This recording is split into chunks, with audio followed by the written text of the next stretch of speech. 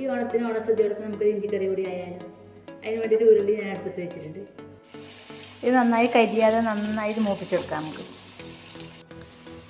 ഇഞ്ചി പാകത്തിന് മൊരിഞ്ഞ് വന്നിട്ടുണ്ട്. നമുക്കിതിനെ കോരി മാറ്റിയിട്ട് മിക്സിയിലിട്ടിട്ട് ഒന്ന് ചെറുതായി കറക്കിയെടുക്കാം. കഷ്ണം കഴിച്ചെടുക്കണം.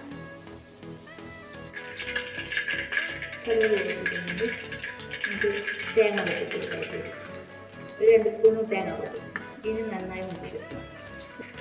തേങ്ങാക്കൊപ്പം വരുന്നിട്ടുണ്ട്. ഇതിൽ നമുക്ക് വെളുത്തുള്ളി ഇട്ട് കൊടുക്കാം. വെളുത്തുള്ളി ഒന്ന് വെച്ചെടുക്കാം. ഇതിലേക്ക് കുറച്ച് കരിയാമ്പില മുറിച്ചിട്ട് കൊടുക്കാം. ഈ സിമ്മിൽ വെച്ചിട്ടാണ് ഇത്. ഇനിയിപ്പോൾ ഇതിലേക്ക് പൊടി ഇട്ട് കൊടുക്കാം. മുളക് പൊടി, മഞ്ഞൾപ്പൊടി, ഉലുവപ്പൊടി, കായപ്പൊടി ഇതെല്ലാം കൂടി ഇട്ടിട്ട് കൊടുക്കാം. പൊടി ഇട്ട് കൊടുക്കുമ്പോൾ തീ കുറച്ച് വെക്കണം കേട്ടോ, കരിഞ്ഞു പോകും പെട്ടെന്ന്.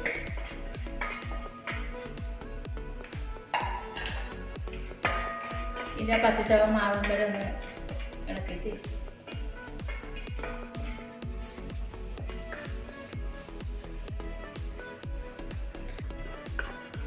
പൊടിയിലിട്ട് അതിൻ്റെ പച്ചച്ചവ മാറിയിട്ടുണ്ട്. ഇതിലേക്ക് നമുക്ക് ഒരു ചെറുപൊടി വലുപ്പത്തിൽ വാളംപുളി വീഞ്ഞ് വെച്ച വെള്ളമാണ് ഇത് വെച്ച് കൊടുക്കാം.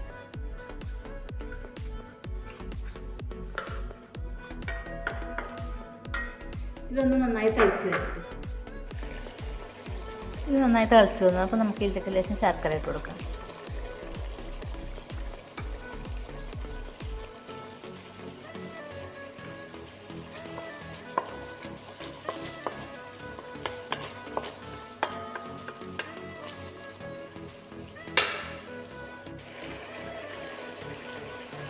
ഇനി ഇതിലേക്ക് നമുക്ക് ഇഞ്ചി ചേർത്ത് കൊടുക്കാം. ഇഞ്ചി മിക്സിയിലിട്ടൊന്ന് അടിച്ചതാണിത്.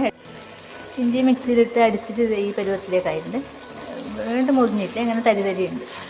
ഇനിയിപ്പോൾ നമുക്ക് ഇതിനൊന്ന് മിക്സ് ആക്കിയിട്ട് തീ ഓഫ് ചെയ്യാം.